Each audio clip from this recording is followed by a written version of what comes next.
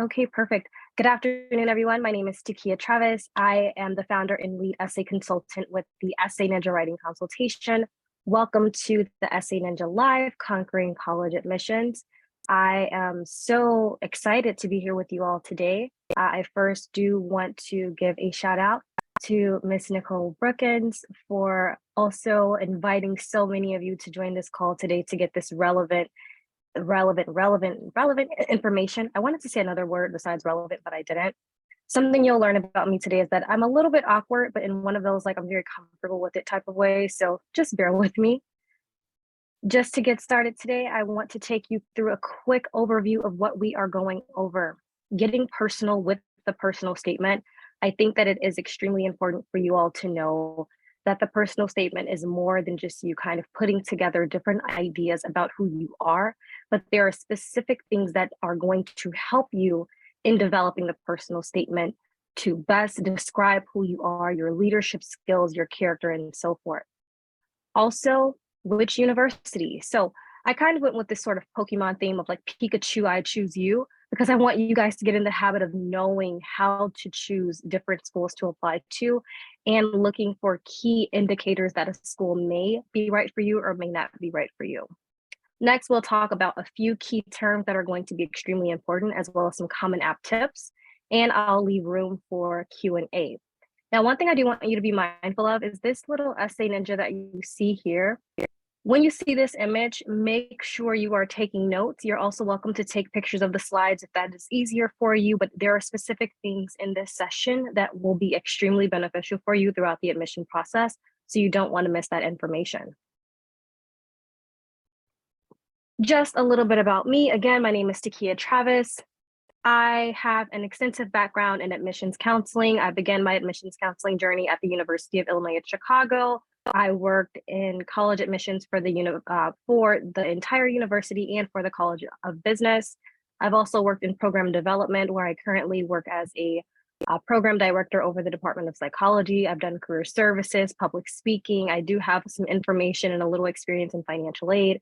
And as you can see on the screen, this is my education and my background. Writing is my passion. It's something that I probably have been doing since I was able to formulate thoughts and just kind of scribble things down. So I love writing. I'm very dedicated to the work that I do. And it was also very important for me to kind of put together something that would assist students who are preparing for college and applying to college to better understand how you can articulate yourself throughout that process. So I want to play a quick game. Going to be a little dorky, but bear with me. So I'm pretty sure many of you have heard of two truths and a lie. So just to kind of give you guys a little more insight about me, I'm going to tell you guys three things. And in the chat, you can say what you think the two truths are or what the lie is, or you can unmute. So my three items are: I have been on TV, I actively participate in martial arts, and I go bungee jumping 4 times a year. Very random, right? I feel like these things are all over the place. So again, my three things for my two truths and a lie: I go bungee jumping 4 times a year, I actively participate in martial arts, and I have been on TV.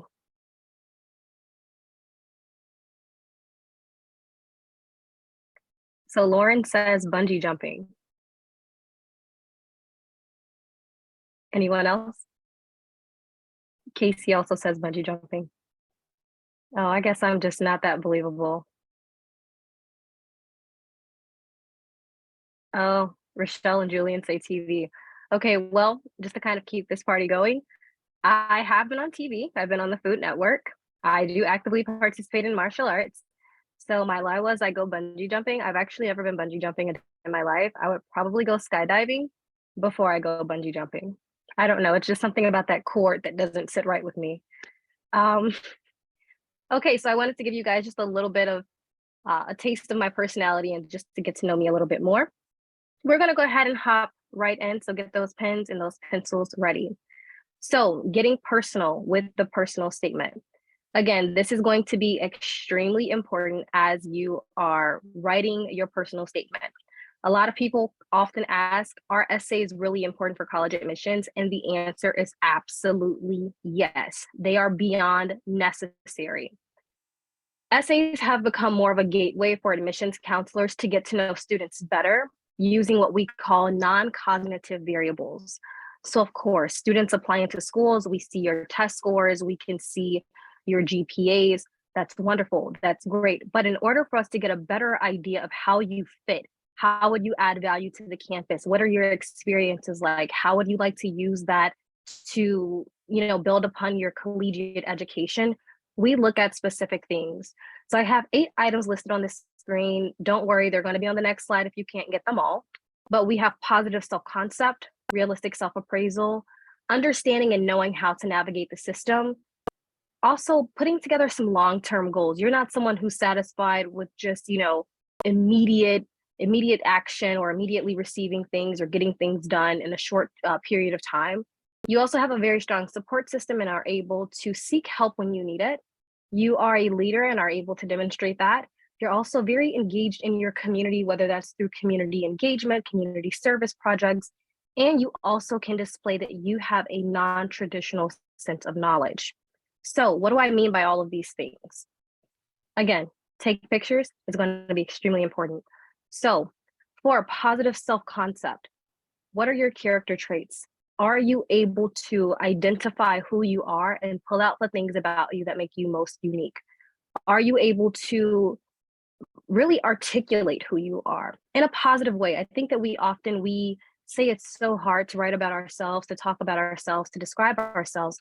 And that's the challenge with writing a personal statement. They want to know who you are. And of course, at 16 and 17 and 18, and even my big age, we're still trying to figure out how to talk about who we are in such a positive light and to talk about our strengths, right? We also look at students for realistic self-appraisal. Now, it's really, odd that we live in a society that always tells us to only see the good in ourselves, right? But sometimes you have to also know that though you do have strengths, you also have weaknesses. Are you able to look at what your weaknesses are? Your weakness could be asking for help. Your weakness could be a subject in school. Are you able to acknowledge that and still be able to say, though I'm weak in this subject, this is what I've done to get better or to strengthen myself? We want to know that you can realistically appraise yourself. From there, do you know how to understand the system? Do you know how to navigate the system? So again, you have to be able to advocate for yourself. It's always very easy to have a parent to advocate for you or to have a teacher, but it really makes the difference when you're able to speak up on your own behalf and say, this is what's working for me, this is not what's working for me, and actually show that you can take some initiative to speak on your own behalf. So again, advocating for yourself is extremely important, as well as looking at the climate of the system. Do you know how to use the resources that you've been provided? Are you going to your counselor to seek help, to ask for help with applications, to ask questions about fee waivers?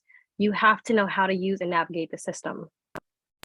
Next, we also have our long-term goals. Again, are you able to plan ahead and set goals?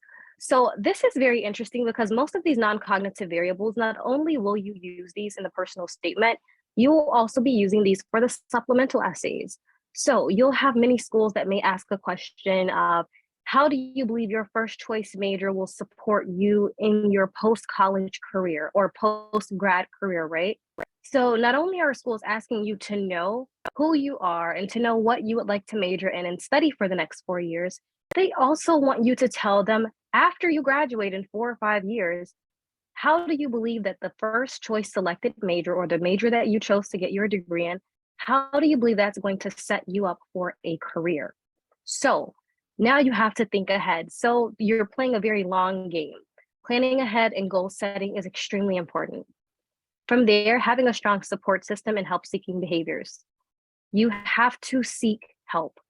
It's easy to say, I got it, I don't need help, I'll remember it, I can do it by myself. It's so easy to do that, but it's also very easy to get lost in doing that. So I would encourage you, if you do have parents who are supportive and who are helping you with your college admissions, look to your left and your right if they're in the room with you and say thank you, because I know many students who do not have support from their immediate family members.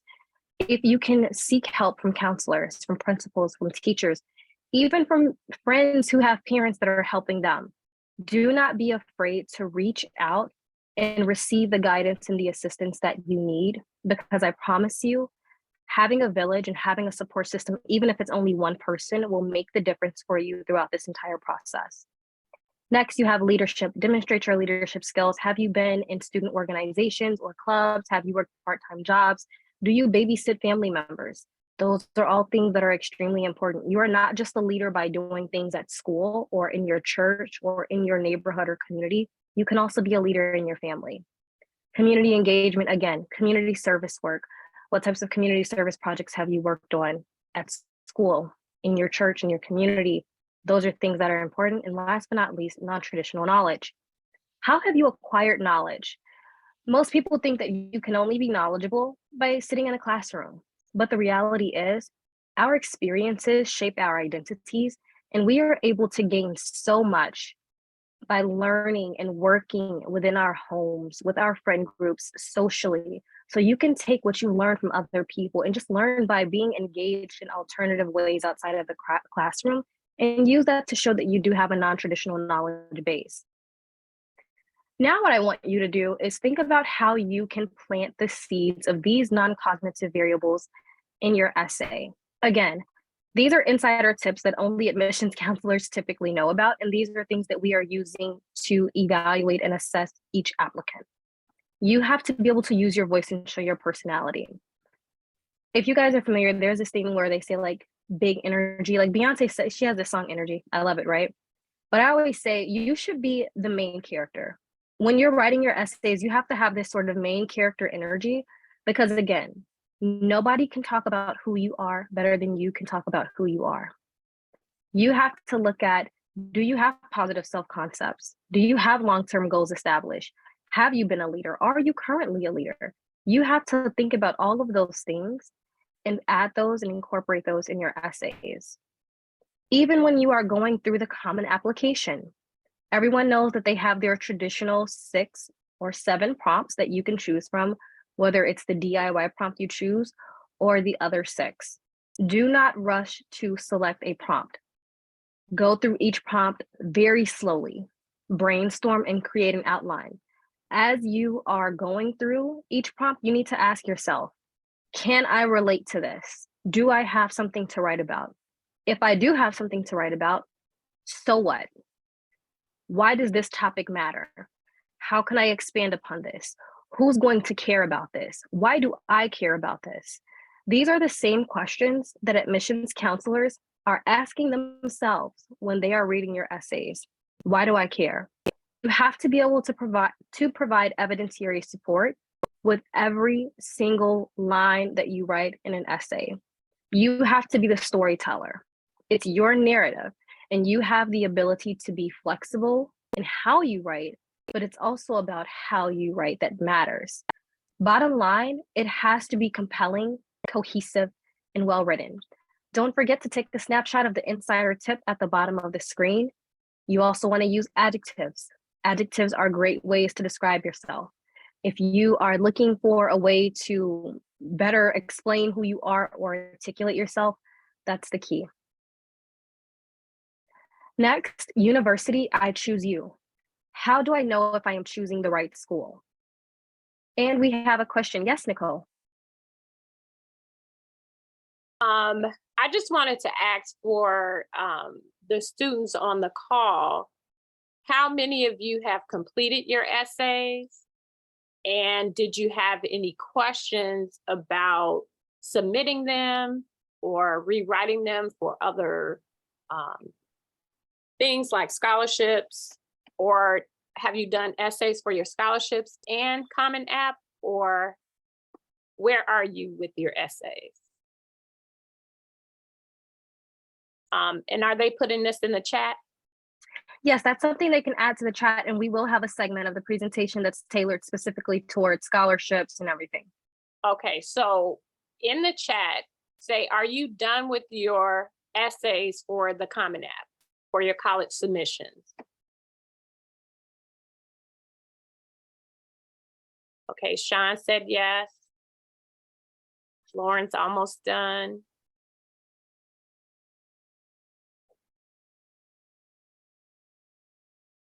Okay, Shohela's just beginning. Perfect, okay. Okay, Jared has a few left. Okay. That's actually pretty good. And considering where we are in the admissions process, and I will be sharing with you all a timeline throughout the presentation, so don't worry, I'm covering everything. You all are, as I tell all of my clients and my students, if today is October 16th for you, I want you to imagine that today is basically October 23rd. You basically only have like 5 days left in the month to get things submitted, especially if you're applying early. So this takes me back to, how do I know if I'm choosing the right school? Again, the first thing you need to look at is, does this institution have the major or the program that you would like to earn your degree in? I cannot stress this enough. If the school does not have your exact major or the program that you are seeking, you should not apply. Do not waste your time applying to a school that does not have that major, because if you end up going there, you'll say, why did I come here and they don't even have what I'm interested in? You're going to regret it. Don't do it. The second thing, demonstrated interest. So you might be asking, what is this? Again, this is another tip. This is a key thing that you need to jot down. Demonstrated interest essentially shows admissions counselors how committed you are to their school. When they send you emails to attend in-person visits or campus tours or virtual events, you need to go. Especially if schools are still offering virtual events, please go. The reason why is because each school uses a CRM, which is a customer relationship management system, to track every student who requests more information, who is in the process of submitting an application. We use these things to determine how invested in us are you. When we send you emails, and I probably shouldn't tell you this, but this is an insider tip, so write it down. When schools are sending you emails, they can see when you skip an email, they can see when you delete an email, when you do not open an email, and when you do open an email. I cannot tell you how many times I have sat on admissions committees and we have made the decision to admit or deny or waitlist a student simply off of demonstrated interest. Maybe this student has never come to campus. Maybe this student has not opened any emails from us. Maybe this student completely has ignored every communication, whether we've called, we've sent a text message. We can track all of this. So if you know that you have a number one school that you are serious about, you are interested in, I would advise you, when you are off of this webinar today, go to their website, email the admissions team, introduce yourself, just request more information, something simple. Hi, I'd like to learn more about your Bachelor of Science in Neuroscience degree. Maybe you're interested in psychology, whatever program. You need to begin reaching out and building that relationship now, because admissions counselors who know your name, when they see it and they engage with you, they'll say, wow, I know that Nicole is extremely interested in attending Yale. And that's going to make the difference from Nicole and Jared. If Jared never reaches out to an admissions counselor from Yale or from Georgetown or wherever and thinks that they have a better opportunity. So demonstrated interest is key. You have to put yourself out there. You have to introduce yourself, attend virtual events if you can, and some in-person tours. Next thing, location, proximity, distance. Are you looking to go further from home, or would you like to stay closer to home? These things definitely matter. If you're looking for a large campus, a small liberal arts school, those are things you have to also consider. You don't want to put yourself in a bad situation going to a school that is overpopulated and you're not comfortable.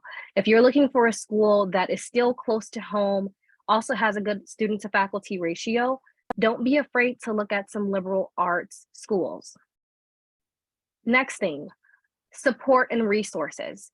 I can't tell you how many times students will apply to schools without knowing if there are actually resources available to them.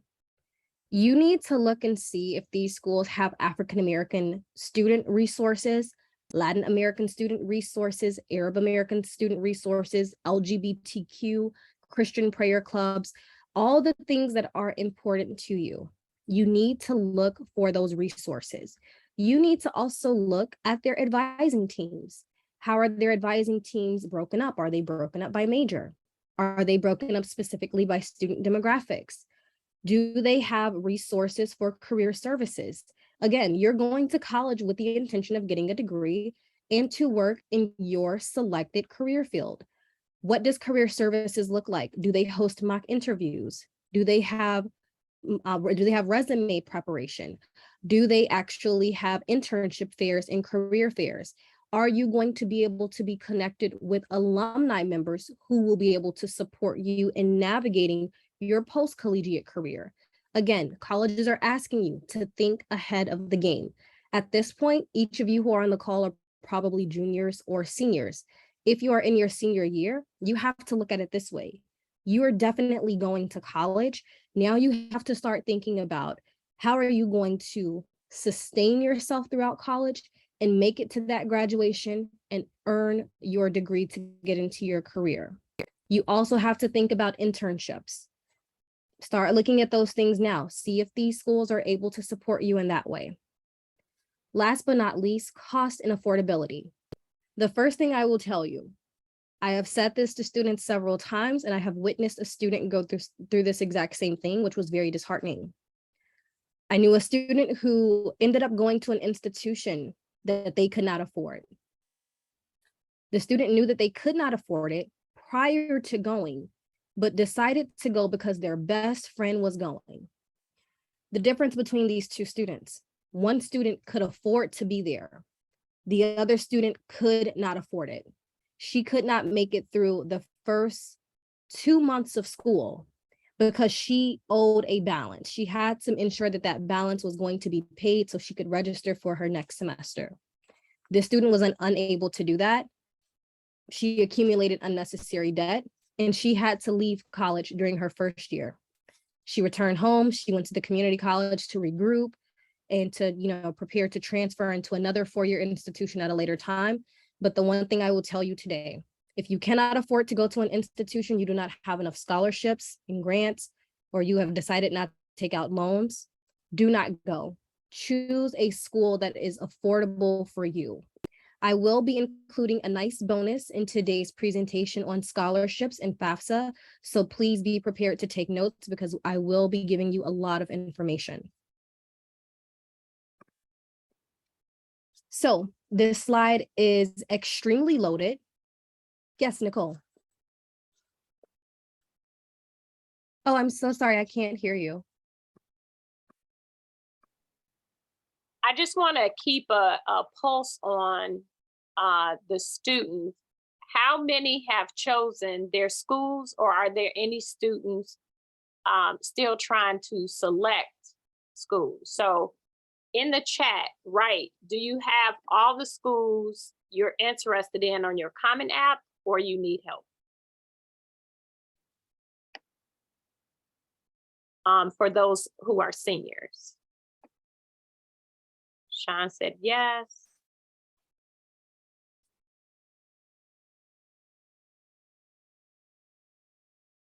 Okay. Okay. Okay, good. Thank you. I hope you guys aren't upset with me that I said you can't go to the same school your friend goes to. You can't afford it.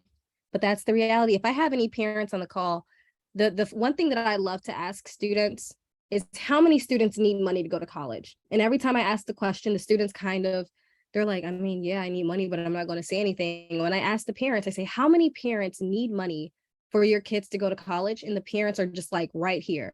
So again, think about all of those things as you are choosing your schools. And I will also break down the cost for different schools too, just so you can understand the difference between tuition. What some people don't know is that housing is not included in the tuition, but we'll get into that in a little while.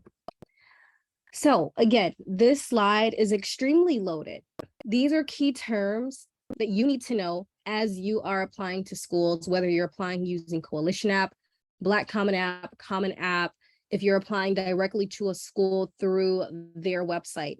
We've already talked a little bit about non-cognitive variables, but I'm hoping you'll take a picture of this slide just to remember this. Non-cognitive variables, again, schools are evaluating and assessing you based on variables that are related to how well you're able to adjust, how motivated you are, how you are perceived. How do you perceive yourself mostly? Most schools will tell you nowadays they are completing something called a holistic application review process. This simply means they are looking at every last thing you submit on your application. I cannot stress this enough. If I have any parents on the call or who are nearby your child, when your child is filling out their common application, please review the parent information in the family information section of their application. You want to ensure that everything is thoroughly filled out. If it is not, the wrong information will be provided. And again, because they're completing holistic reviews, they will consider anything that you've told them. So make sure that everything you include is truthful and honest. Again, you don't have to tell them your deepest, darkest secrets, but you do want to give them information that you think is going to give you the best opportunity of being admitted. When you are filling out your extracurriculars and your honors, you should fill out the things that matter the most to you, the things that mean the most also in relation to the major you are choosing. You want to show them that you have had experience working in or interning in whatever field that you're interested in. Maybe you've been a part of student organizations. Maybe you weren't the president of the club, but you were a member who was very active and who often participated or led group discussions. You need to make sure that these are organized based on relevance. Next, as far as your academics, again, schools can see your GPAs. Your counselors are going to send everything in via Naviance. So they'll be able to see transcripts. They'll be able to see if you've taken dual enrollment courses, AP courses, IB courses.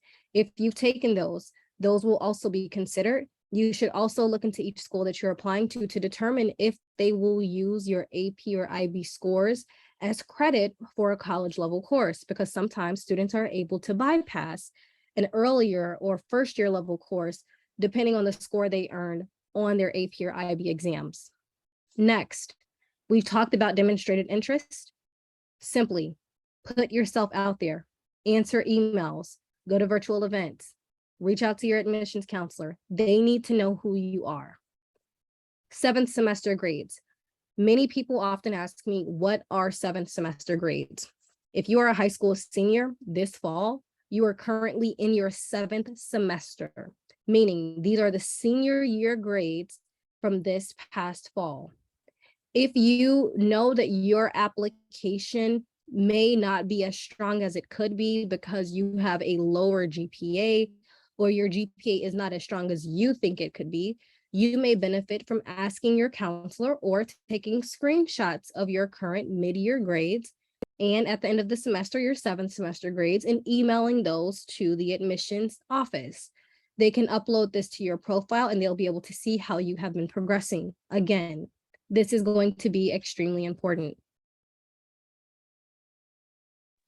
Next, I'll move into test optional and test inclusive.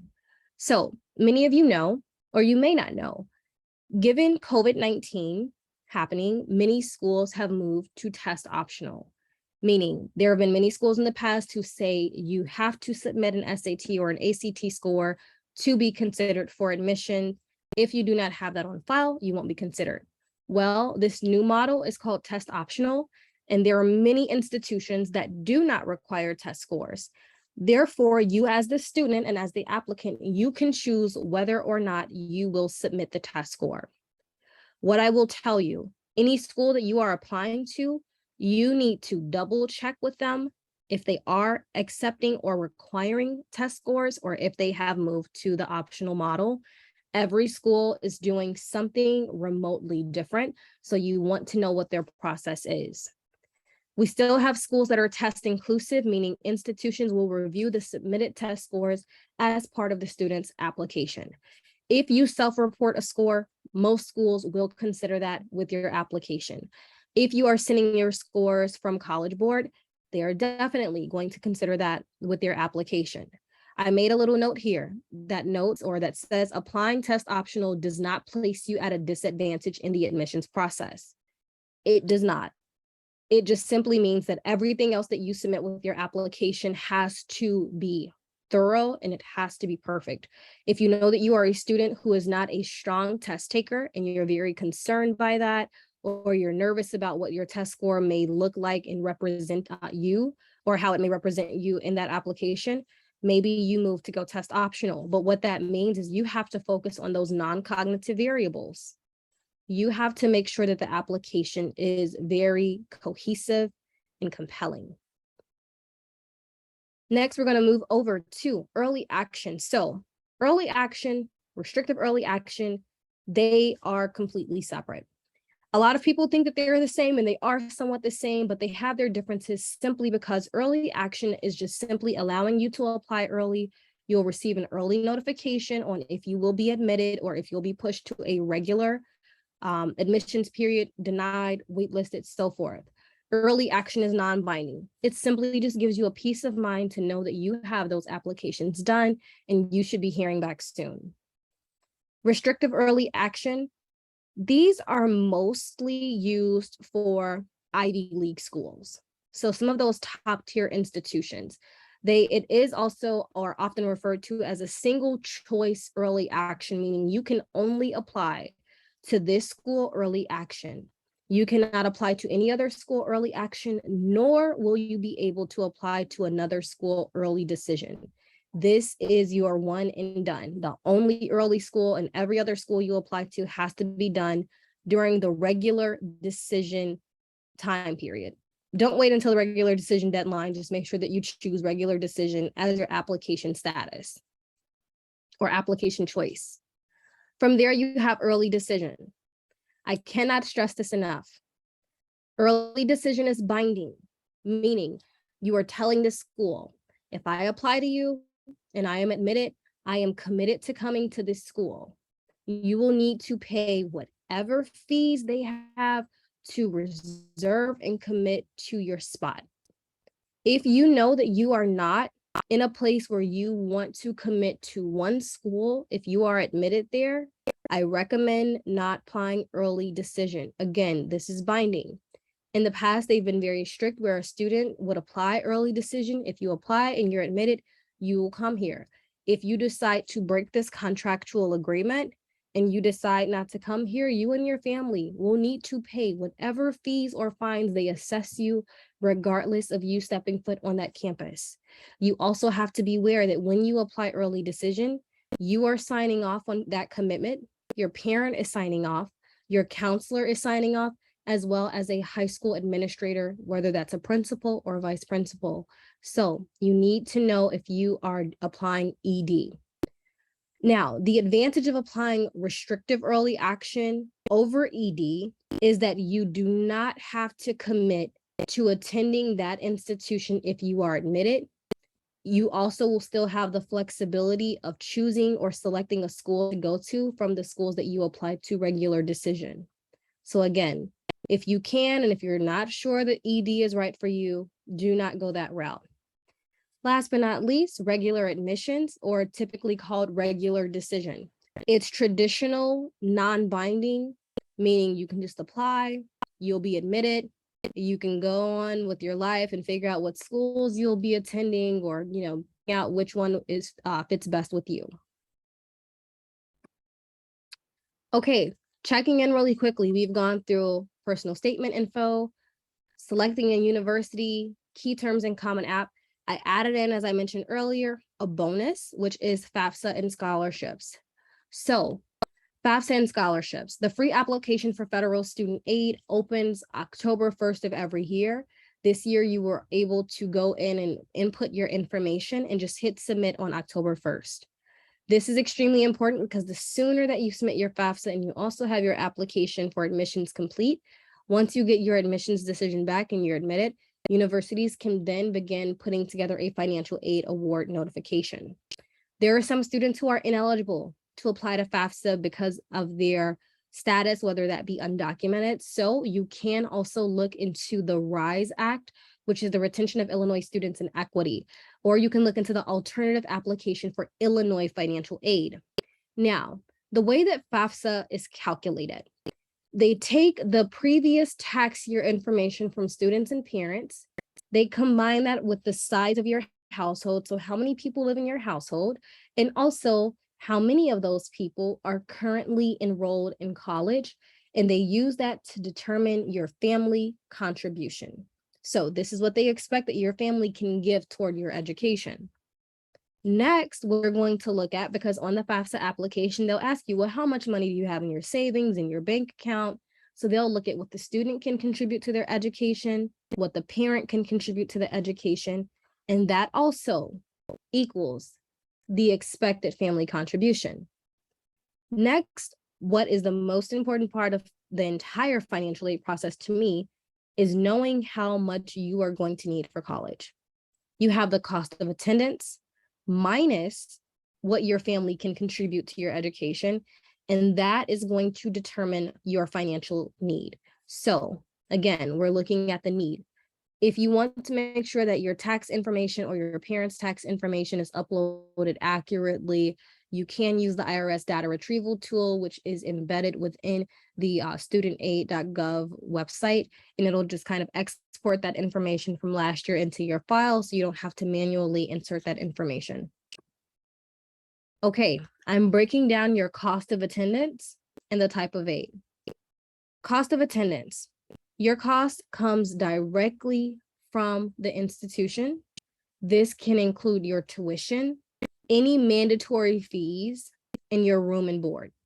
So again, I mentioned earlier that many people don't know this, but your room and board is not included in the tuition.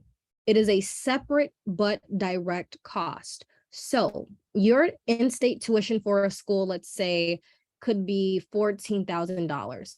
Great. You'll have some mandatory fees that could be called a student service fee. You would be really surprised when you really do a breakdown of each fees for schools. A student service fee can include a light bulb on the university's campus that you have to pay for. Yes, it's surprising. And then your room and board. Room and board can be $11,000 with a $5,000 mandatory fee. And then you have your tuition that's, let's say, $14,000.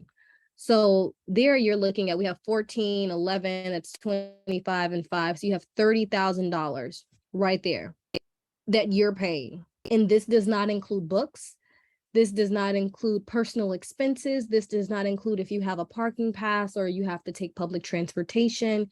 This does not include any groceries that you have to buy for yourself, anything that's personal. Your indirect costs are the books, transportation, personal expenses. I'll tell you right now, if you're looking for a way to save on books, most schools will require that you buy from their bookstore because most professors come out with the same edition or a newer edition of the same book every year. You may do better renting your textbooks. Use chegg.com, use Amazon to rent your books. Find ways to cut the cost because it is expensive. You'll see here I have a breakdown of a calculation. Let's say your cost of attendance in total, so that is your tuition, all your fees, room and board, expenses, books, so on and so forth. Great, $30,000. You're probably asking yourself, where am I going to get $30,000? Let's say your expected family contribution is only $200. You can only give 50, and maybe your family, your parents can give you 150 towards your education. Now you subtract that from your cost of attendance, and you're left with needing $29,800. That's how much you need to be able to go to whatever school that you're going to. Now, I do want you to know that $29,800, that's, let's say it's per year. Let's say that's what you need per school year. So for the fall semester and the spring semester, what they will do is basically divide that in half and say, well, hey, you need to make sure that you have that 14,000 plus for us in the fall, and then you need to have that other 14,000 plus for us in the spring.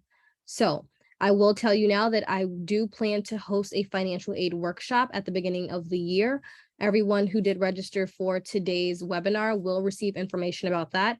I'll also set up some time if you all need to help you better understand reading your financial aid award letters and packages once you receive them.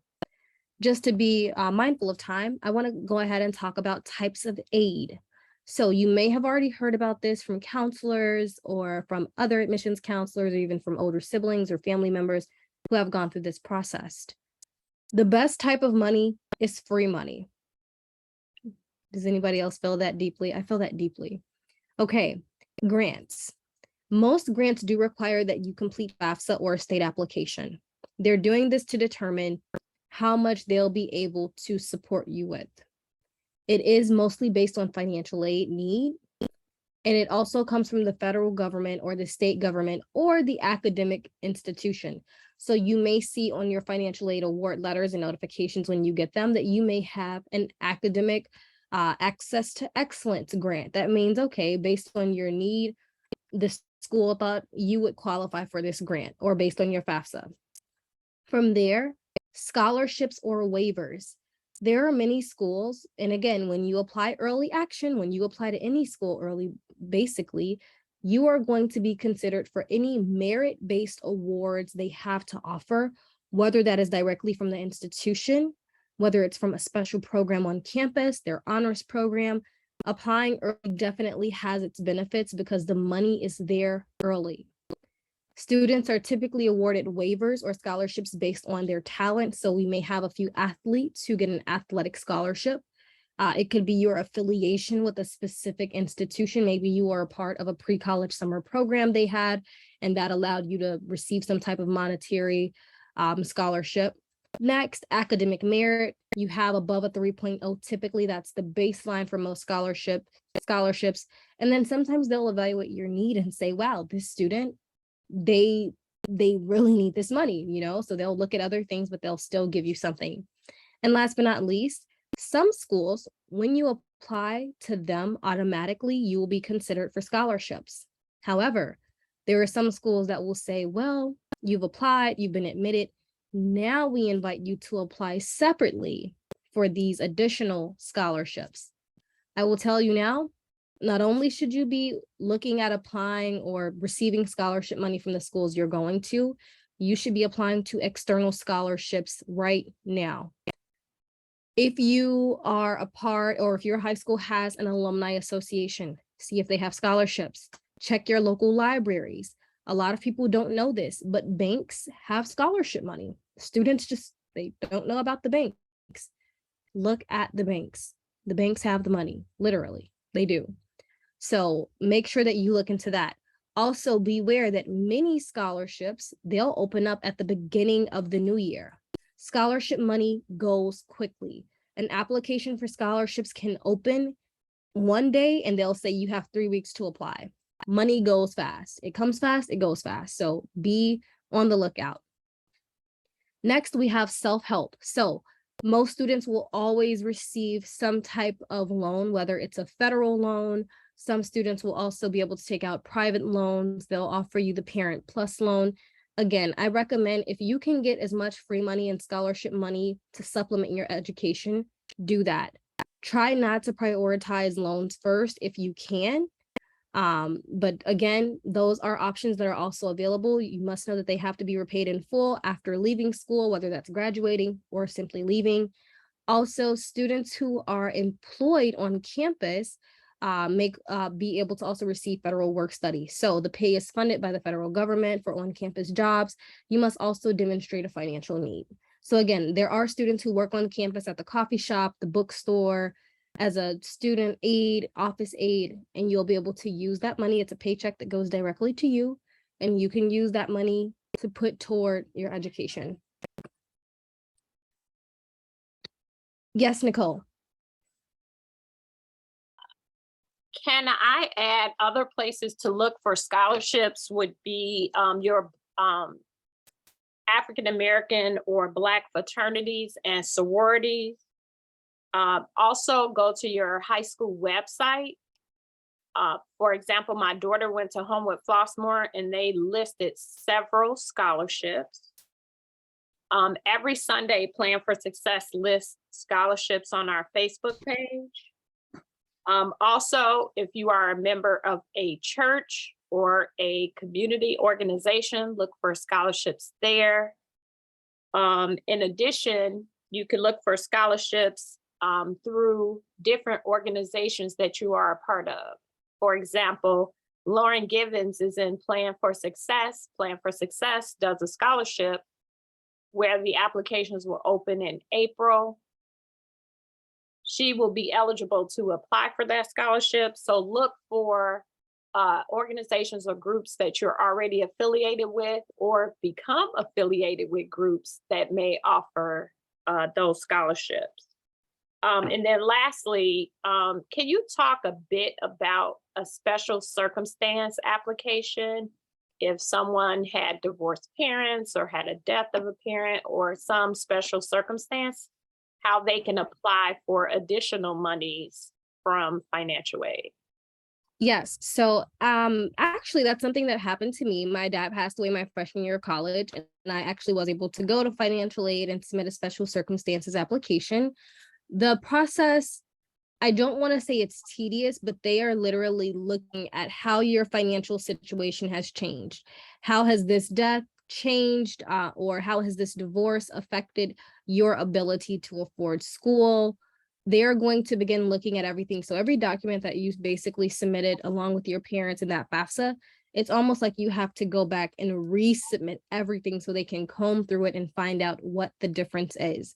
The biggest thing that you should do, because each institution, depending on if it's an out-of-state school, depending on what your financial aid package looked like prior to that situation, you will definitely need to set up a meeting with that financial aid officer or counselor to go through everything. They typically want you to upload, you have to download the forms from their website.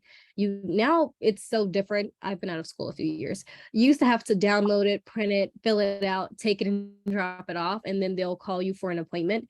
But now most of those forms can just be done digitally directly in your university profile, and they will still set up an appointment with you to go through those things. If you currently are experiencing something similar to either having a divorced parent or the loss of a parent, you will still need to look on that school's website, look at their forms. They should have all of their forms listed. If they don't, you can always call them or send them an email. Let them know how your circumstance has changed, and let them know that you would, in conjunction with submitting your FAFSA, you also would like to complete or fill out a form that says your financial aid or your financial status has been impacted because of this extenuating circumstance. Okay, that's really great information. Could I just add one more thing? I know when my daughter, who is now a sophomore, applied to schools, she was able to use some of her community service hours and the fact that she was involved with a program at UIC. She was in Plan for Success, and she did Leaders of Tomorrow. And because of that service and the college prep programs that she participated in, she was offered more financial aid at a school. So could you talk a little bit about that? Yes, and that actually goes back to I'll go back a few slides for you. So I'll use the scholarship and waiver as an example. Again, affiliation. Right. So an example is at UIC, specifically for the College of Business, there is a program called Future Leaders in Business. Students who participate in that program, whether they are a sophomore or a junior going into senior year, originally when the program was created, any student who participated and they were a rising senior, they would receive a $5,000 scholarship toward their education that was renewable. There have also been circumstances where if a student has been very engaged in community service, giving back to their community, if they have participated with organizations. So in my experience, I've participated with an organization called Society of Mannequins, which really allowed me to do a lot of community service, to be connected to many Black business women here in the Chicagoland area who would write letters of recommendation on my behalf. That's one thing I did not put in this particular presentation, but I will say it now. Letters of recommendations will also make the difference, not only with admissions, but with scholarships, because all of the essays that you're writing, they will simply not just be reviewed for your admission into the university, they will also use those essays to review for awarding you specific scholarships or grants. So depending on how involved you are with your school, with your community, and if you have people who can attest to your academic abilities or your engagement, they will consider that as part of you being a student who is either affiliated with specific programming or a student who has committed so many hours of time to the community that they will give you or award you a scholarship. Now, depending on the schools, you may have some schools that will have a chance program, and they'll say, okay, because this student has been very active, and I'm using chance as an example because I know the chance program at NIU, they are historically known for doing direct admissions for students into the university via their program, whereas the chance program at UIC is not the same way. Our program has or supports pre-college programs like Future Leaders in Business or our computer science summer readiness programs. And those are ways that students are able to engage demonstrated interest with universities sooner, and they're able to be considered for scholarships. Again, getting your name out there is the most important thing. I cannot stress it enough. There's a student that I worked with in the past, and this was also during the pandemic when everything was virtual.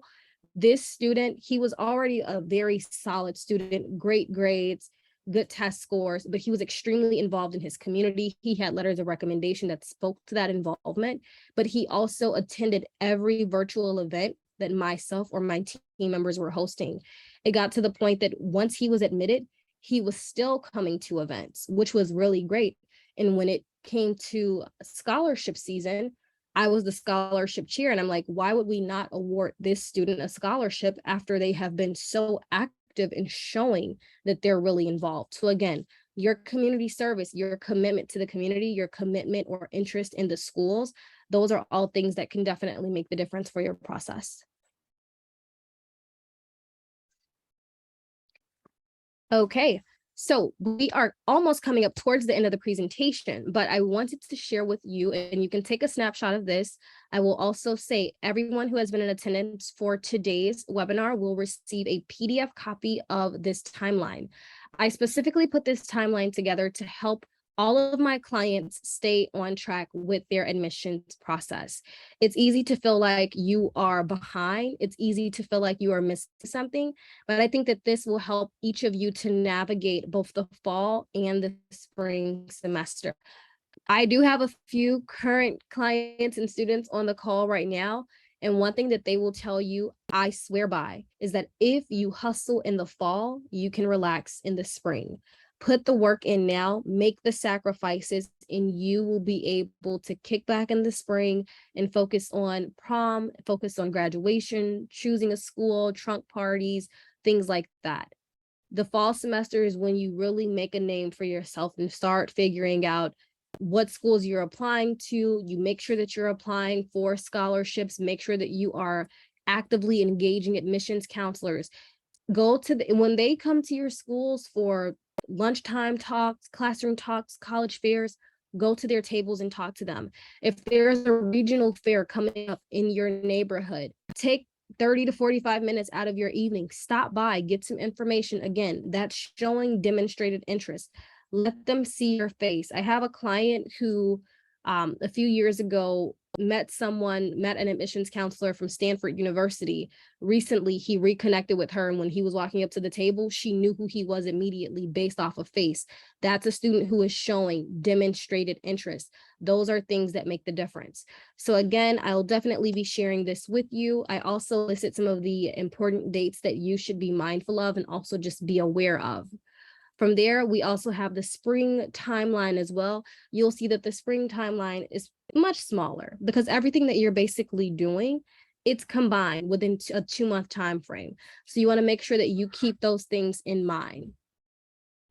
And now I will take you to the conclusion of my presentations. I will ask you to ask me questions, and I will ask you to question the answers that I've given you.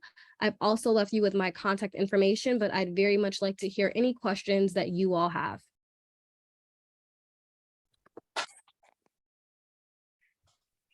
Yes. Hi, this Can is you? Lauren. Oh, I'm Go sorry. ahead. You can No, go. no, go ahead. No, Lauren, go right ahead first. Mhm. Oh, thank you. I know for me, I like to reach out to the admissions counselor. So like for the University of Michigan, I've reached out to somebody, but how do Mhm. you answer their questions and actually comment on what they're saying while also trying to get to know them and have them get to know you? So I feel like I struggle in that area. Yeah, it's always really weird trying to figure out, like, how do I not really awkward or seem like really shy. And honestly, it's a work in progress. It honestly just, it takes continuing that sort of conversation. So it depends. Like, let's say they're like, "Hi, Lauren, thanks so much for your interest in University of Michigan. Do you have any questions for me?" And maybe you're like, "I really don't have any questions for you, but I feel like I should respond." And so maybe your question is simply like, "Hi, when are you having any upcoming virtual webinars?" Or, "Hi, can I schedule an appointment to talk with you about the admissions process, or to talk with you about setting up a campus tour or a virtual tour?" You want to just kind of ask those questions that won't make you feel too uncomfortable, but will also show the admissions counselor that you are actively engaging, that you do want to learn more. Maybe you can ask questions relating to alumni. May I be connected with any current students who can tell me about their current student experience? Can I be connected with an alumni who can share some information about their time at your university?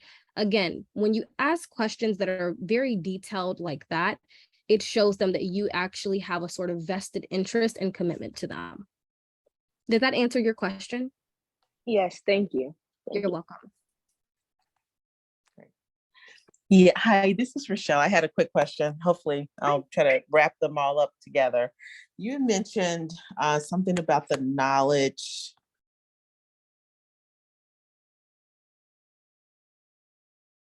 Rochelle, just to let you know, you went back on mute.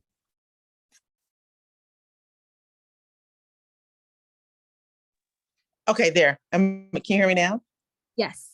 Okay, you mentioned something about the knowledge base, like for instance, like you can, something that you can basically put down in your experiences on your common app, some knowledge maybe you picked up in a project and things of that sort in the beginning. Do you remember that? The first slide, I think. Yeah. In the green section.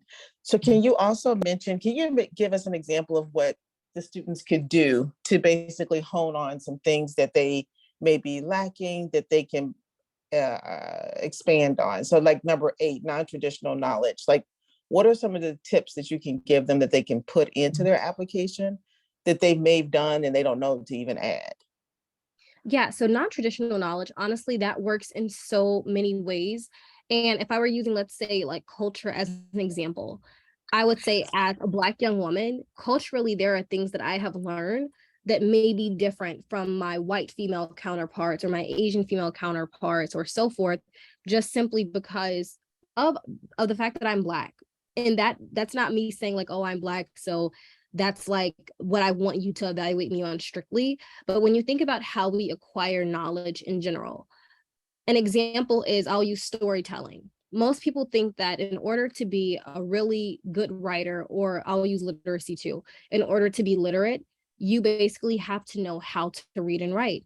But the reality is we have people who have non-traditional knowledge simply because they are storytellers. They've heard people tell stories and they're able to tell stories. I've worked with a client who talks a lot about her love for writing. It didn't come from sitting in a classroom. When she sits in classrooms, she kind of gets really clammy. She doesn't really like the sort of structured type of writing that people say you have to, have and have to know how to do. But what she did was simply picking up a book, reading books by Maya Angelou and by Toni Morrison, reading her grandfather's autobiography. She learned how to write by looking at their dialects, looking at how they sort of have this, free form writing in their poetry and so forth. There can also be students who are a part of different clubs or student organizations. Maybe your student plays sports, or they've done maybe volunteer work. They can talk about how they gain specific skill sets by being a part of environments, by being a part of those particular environments.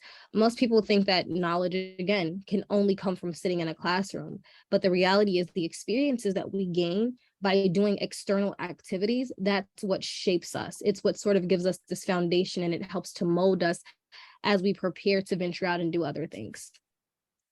Awesome. Thank you for expanding on that. Then I had a second on question from that really quickly. And again, I think it's for the students about the SAT, ACT. When do you apply, undecided, things like that. So for instance, you mentioned about if you do not, submit your SAT, ACT because you may not be a great tester, you're saying that the package has to be really, really tight. So the question I know this is new. And so what is the confidence level that if people do not submit their SAT scores, and say for instance, they got a 23, 24, 25, which is okay at some schools, but maybe some of the more competitive schools such as University of Michigan or UNC Chapel Hill coming in out of state, maybe those, they don't think those are as good. What would you suggest that they do? So if they do not, click the submit button for, I want you to take in consideration my ACT, again, what are some of the things that you think that they must say? You said that things had to be tight. Can you elaborate on that? Yes, honestly, I would say anyone who has a score, and I know that it's really different given the climate that we're in. People think that having scores anywhere in the mid-20s are just not worthy and they're not great, because we live in a climate now that has taught our students, specifically Gen Zers, that getting into college and having test scores that are like out of this world and a perfect 32 or 1600, that's what they should aim for. The reality is, and this is something that I challenge institutions on all the time, especially public school institutions and private schools. Have you properly been, or have you properly prepared your students or provided them with a sort of readiness for college and for standardized testing? Standardized testing has proven and shown time again, not just with undergrad admissions, but also with graduate admissions, that shouldn't determine if a student is going to be successful. It just doesn't. For students who do choose to not submit their test scores, it does not mean that you're a bad test taker. It doesn't necessarily mean that you could have a great score and still choose not to submit that. What you have to do is make sure that every other part of the application comes together. So your essays truly need to speak to your character. It needs to speak to your abilities. It needs to invite the reader to get to know more about who you are. For students who, let's say you do decide to submit those test scores, or let's say maybe you don't submit the test score, but you still want them to know that you are a good student. I've worked with a student who has received a very low 1,000 on the SAT. And the student was like, I don't feel comfortable submitting it. I feel like I could retake it, but I'm a horrible test taker. What should I do? The reality is the student's GPA shows that in the classroom, they perform very well.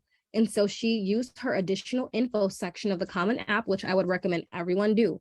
Give yourself your best shot for getting admitted. Use the additional info section and write a short essay. They give you an additional 650 words, but maybe you just take the time to write a very short essay expressing how your test skills should not be, or your test score should not be used to determine your admissibility into an institution.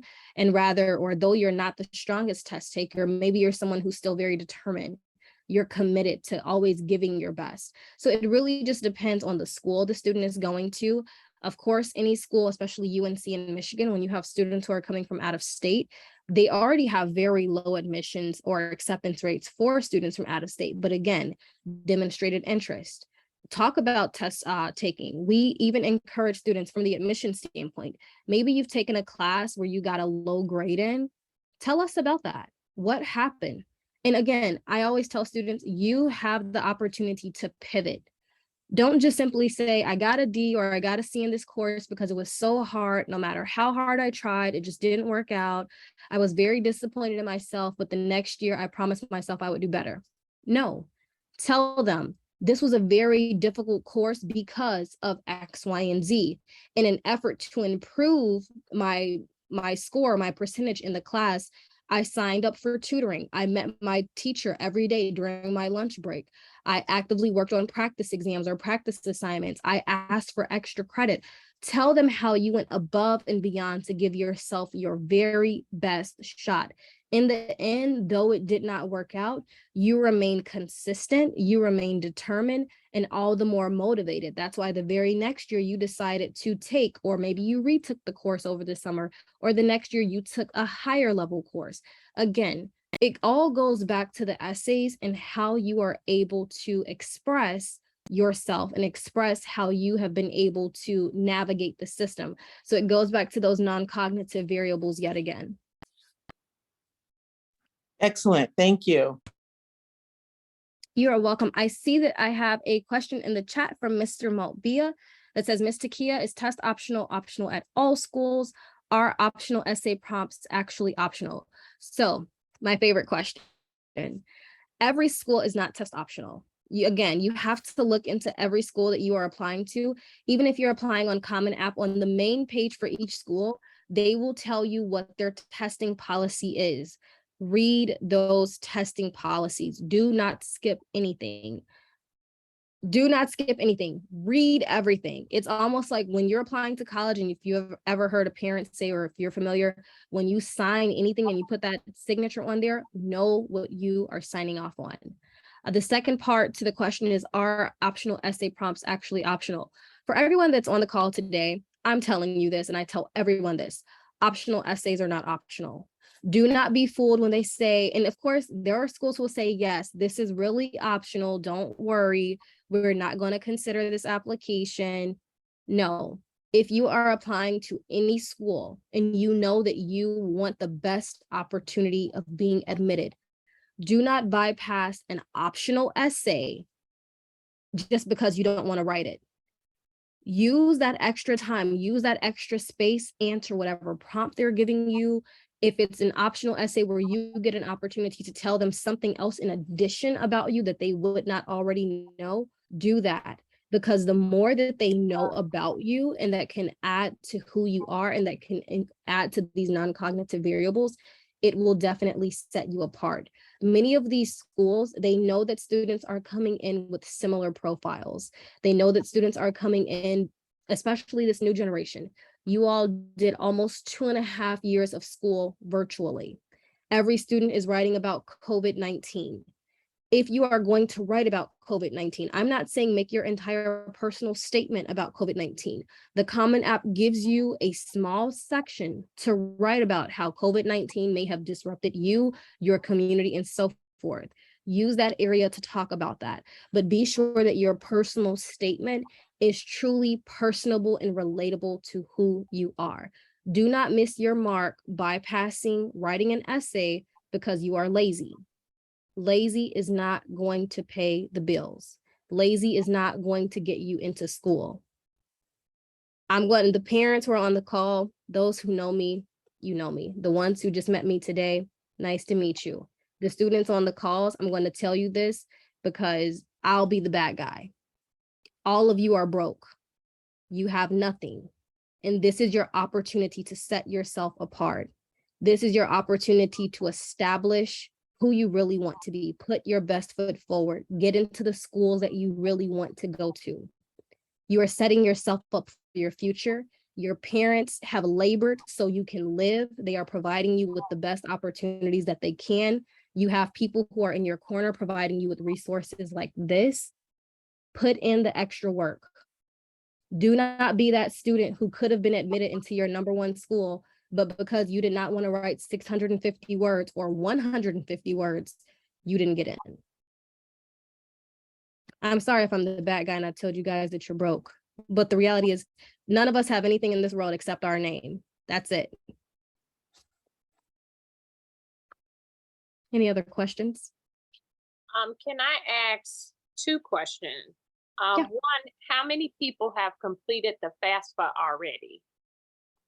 2, how many have completed the FAFSA? Lauren has.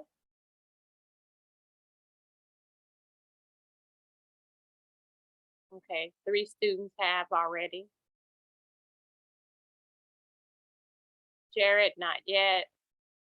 It's very important that you get that done as soon as possible. And then my other question is, how many students will be ready to apply early action? And early action is November 1st, correct? Early action is November 1st. I will tell each of you on this call, do not wait until November 1st to apply. I cannot stress it enough. There are students who wait until the day of any deadline and they say, well, I'm just going to submit the same day. I cannot tell you how many times I have talked to parents and students who have cried, who have been livid because they waited until the day of, or even within the 24-hour time frame of a deadline, and our systems will crash because we have students across the nation. We have students internationally who are applying to these schools. If you wait until the last minute to apply and your screen is just spiraling and refreshing, chances are that application is not going to go through. If it does go through, it may go through and be considered regular decision just because you waited so close to the deadline.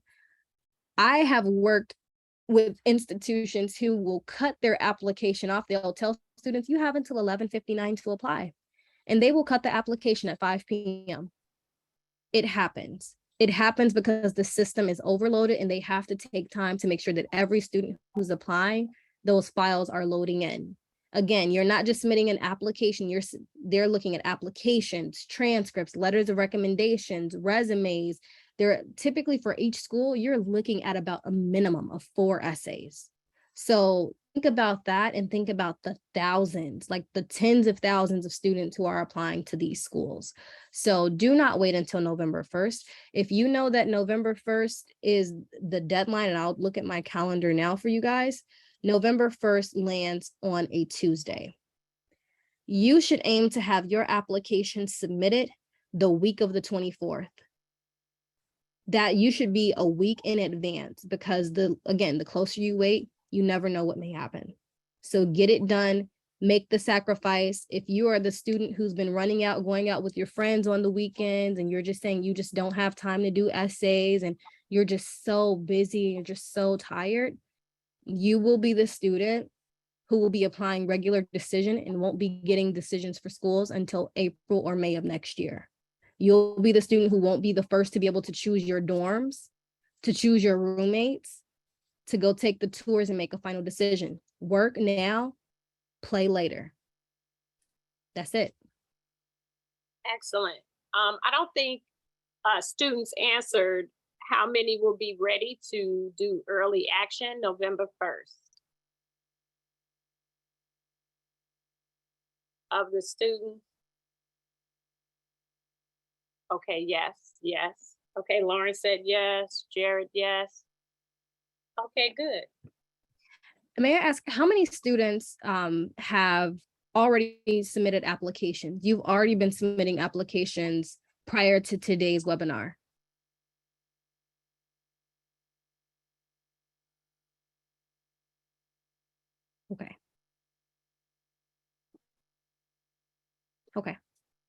Okay.